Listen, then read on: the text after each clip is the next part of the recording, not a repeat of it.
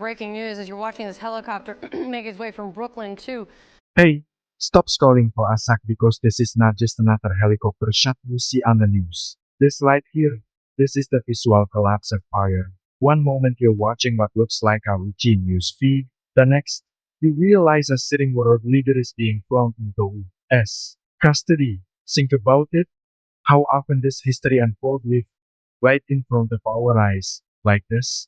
It's raw, it's unfiltered, and it's happening in real time. This isn't a scene from a movie. It's a pivotal moment that will be in textbooks for years to come. We're witnessing a seismic shift in global politics, captured in a single, powerful image. What do you think this means for the future? Let me know in the comments below. Lower Manhattan, take a look at this. That is the now deposed, ousted Venezuelan leader Nicolas Maduro and his wife Celia Flores aboard that helicopter, heading to that heliport. This is the kind of caravan process movement that we've been watching since really just right at the top of the show for the last 30 minutes then, as the leader and his wife are making their way to a federal courthouse in Manhattan. So, what happens if a figure like Maduro ever sets foot in the United States? Well, that's when the legal machinery was delayed. The first appearance before a federal judge isn't just for show, it's a critical procedural step. Imagine this, in that courtroom, the charges are formally read out loud. The defendant's rights are clearly explained, and at that very moment, the U.S. justice system officially takes the lead.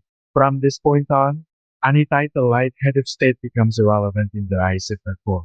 He's no longer a political leader. He's a defendant, subject to the same legal processes as anyone else facing similar charges. It's a powerful demonstration of how the rule of law operates, stripping away status to focus purely on the case at hand.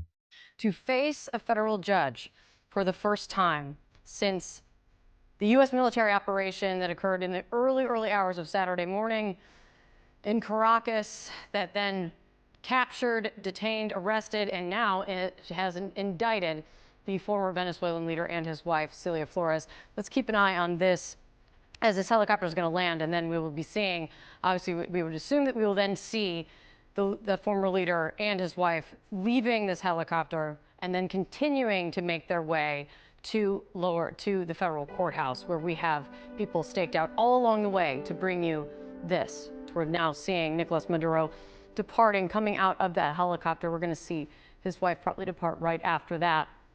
He's going to be now getting into, we assume, getting into another vehicle and heading to the courthouse. Just remarkable to see this.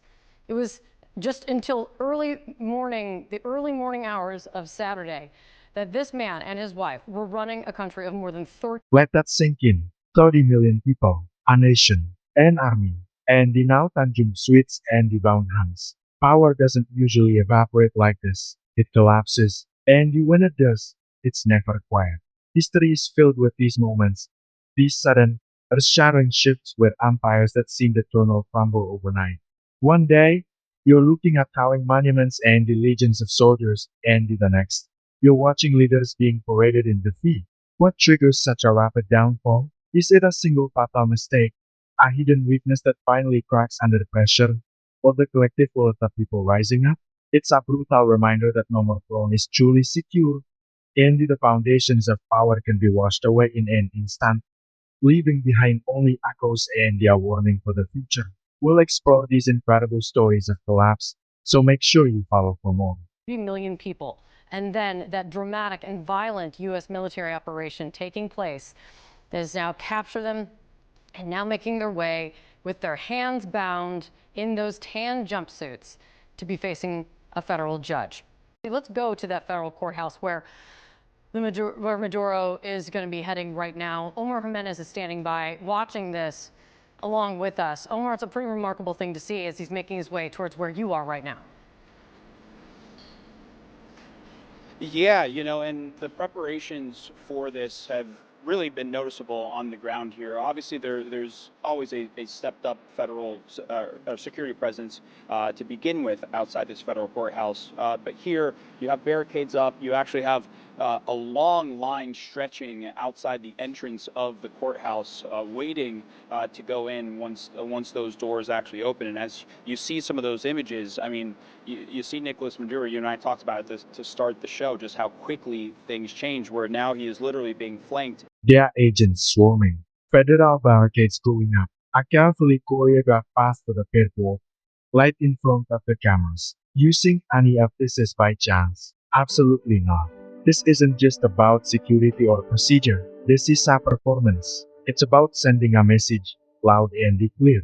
Every single detail, from the timing to the location, is designed for maximum visibility. The authorities want this last TV scene to be documented by every news outlet and to be etched into the public's memory. This is a deliberate spectacle, a show of force meant to tell a story far bigger than the arrest itself. By DEA agents in a tan suit alongside his wife, walked walked down a very visible path from this heliport in the southern part of Manhattan here. From there, we're expecting, obviously, they'll be in vehicles and making their way to this federal courthouse, where we expect that hearing to happen a little bit later this morning, but obviously, but also to critically begin this legal process that the Trump administration has in part used as justification for the abduction and capture of Maduro, to have him face these drug trafficking and weapons charges that they say has contributed to, as they allege, hundreds of tons of importation of cocaine and things of that nature. And so just to see how this has developed so quickly over the last few days. And, I heard you all talking about sort of the mode of transportation and sort of taking the helicopter over the water as opposed to taking the bridge. That was something that we actually noticed Saturday night as well, where